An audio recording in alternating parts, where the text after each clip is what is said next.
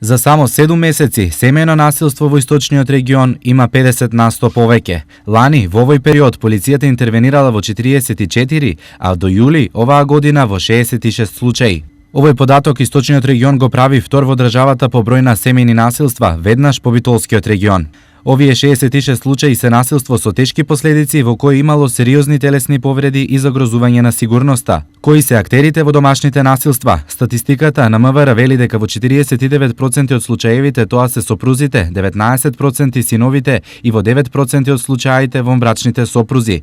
Сепак, со оваа статистика семејното насилство во регионот не е опишано, но овие бројки треба да се додадат и случаите на прекршоци и поплаки по истиот основ. Сите на едно место откриваат друга слика, односно дека во нашиот регион во просек се пријавува по едно семејно насилство на ден, но проценка на стручните е дека на секое пријавено има по 2 непријавени насилства. Ова значи дека во 3 семејства на ден се случуваат проблеми со елементи на насилство.